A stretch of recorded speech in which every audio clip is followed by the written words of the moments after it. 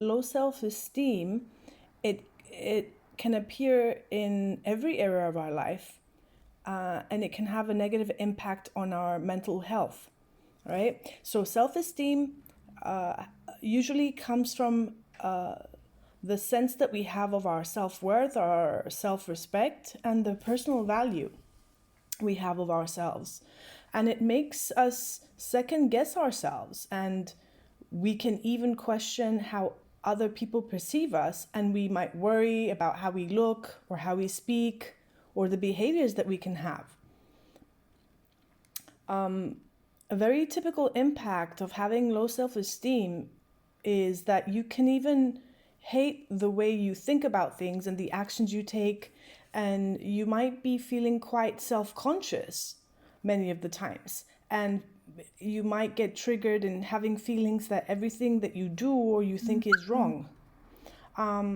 Self-hatred has a lot of anger and frustration, and it turns against the self. So that's why it's very, very important to start becoming aware of the internal dialogue you speak to yourself, and to monitor how you speak and how you think about yourself, and notice the negative language when you are describing yourself or when you're putting yourself down. Another aspect of low self-esteem is if you're the type of person that always has the desire to be perfect, because someone who is a perfectionist, they always set themselves out for failure and lives with an almost constant sense of failure.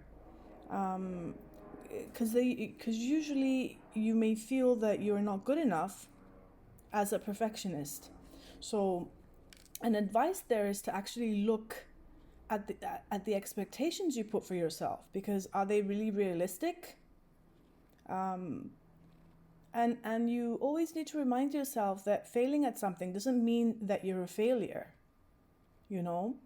and be on the lookout when you are looking out for problems, okay? And stop trying getting fixated on details, and allow yourself to zoom out and see a bigger picture sometimes, and never forget about celebrating the small wins that you're doing for yourself. Another issue with low self-esteem is when and a lot of us suffer through this, it's when we have a negative body image, and this can actually lower self-esteem, and it can impact how you present yourself, how you take care of yourself, and thus it impacts how you feel about the way that you look. So another tip to recognize is that you need to catch yourself if you are seeing that you're comparing yourself to other people, okay? And you need to remind yourself that everyone is different, and that everyone has their own strengths and weaknesses. And as with self-hatred, try to see how you are going against your negative body image thoughts, make sure you're taking care of your body, as at the end of the day, the health is the most priority,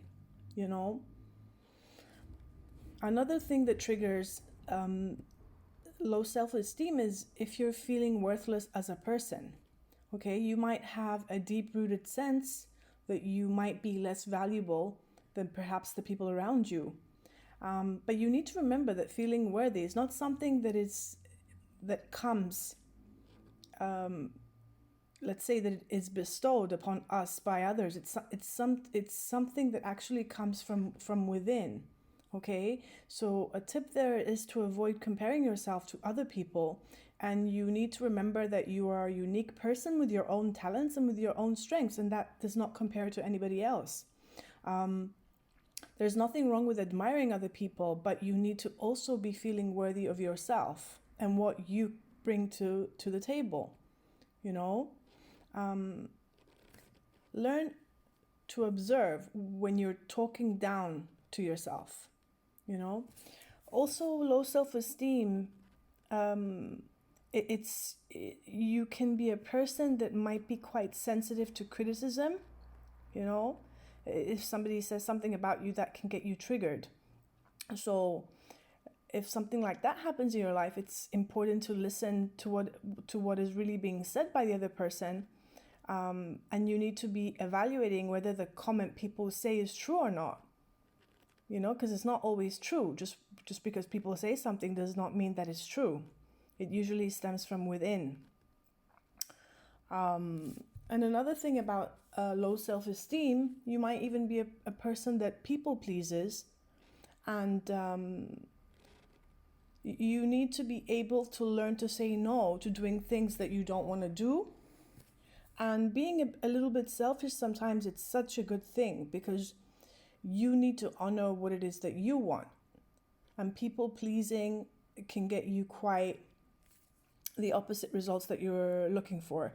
So by this, in order to stop people pleasing, you need to learn to establish a new belief system and to set limits and boundaries with yourself and even to others, and to try to stick to them, and always remember that those people that actually get angry that you're probably, if you're about to put boundaries, they're probably the ones who benefited from you people pleasing, from the people pleasing tendencies.